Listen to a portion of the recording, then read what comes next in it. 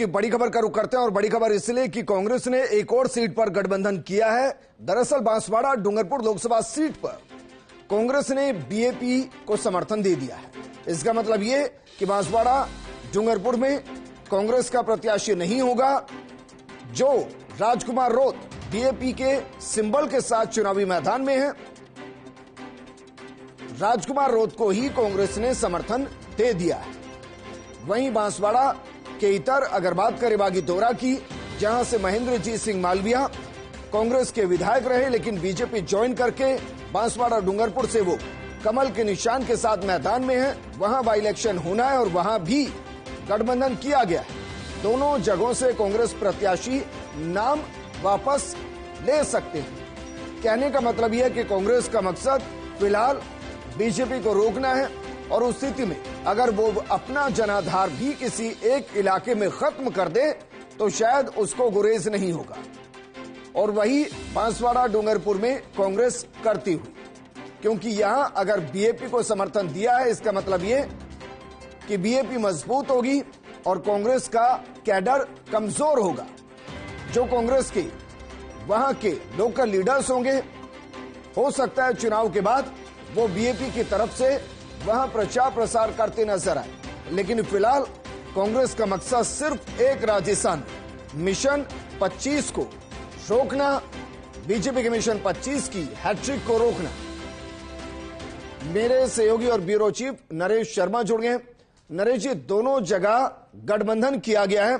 अब यह तो नहीं कहा जा सकता कि प्रत्याशी कांग्रेस को मिला नहीं, तो यह कहा जाए कि बीजेपी को रोकने के लिए साम दाम दंड भेद सब नीति अपनाने को कांग्रेस तैयार और इसी के तहत बीएपी को समर्थन दे रही है। बिल्कुल, देखिए जिस तरह से कांग्रेस ने इस बार चुनाव में रणनीति अपनाई है, जो फैसले किए हैं, हालांकि उस फैसलों को लेकर कई बार सवाल भी खड़े होते हैं।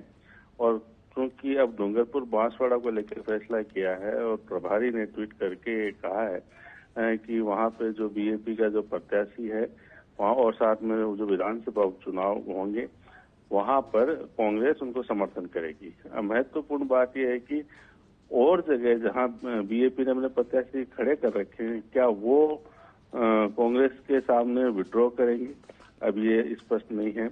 और जहां तक आपने डूंगरपुर बांसवाड़ा की बात की, देखिए नाटकीय घटनाक्रम में जब नॉमिनेशन का समय खत्म हो रहा था उससे कुछ मिनट पहले कांग्रेस ने औपचारिकता के रूप में अपना उम्मीदवार खड़ा कर दिया, नामांकन दाखिल करवा दिया। तो इसका साफ मतलब है कि कांग्रेस वहां से चुनाव लड़ना ही नहीं चाहती थी। और जब बीएपी ने गठबंधन को अंतिम रूप नहीं दिया तो कांग्रेस को अंतिम समय पर अपना उम्मीदवार खड़ा करना पड़ा। लेकिन अब चूंकि उम्मीदवार जो खड़ा हुआ वो भी चुनाव लड़ने की स्थिति में नहीं था, तो ऐसे में अब बीएपी को ही समर्थन देने का फैसला किया है। तो इससे देखिए मुकाबला सीधा सीधा महेंद्रजीत सिंह मालवीय जो कांग्रेस से भाजपा में गए हैं उनके बीच और जो बीएपी के राजकुमार रोत है उनके बीच होगा। तो कांग्रेस यहाँ भी चुनाव नहीं लड़ेगी। सीकर जो है वहां कांग्रेस चुनाव नहीं लड़ रही।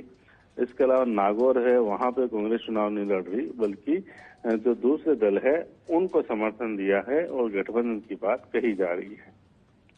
बिल्कुल नरेश जी, शुक्रिया तमाम जानकारी हमारे साथ साझा करने के लिए।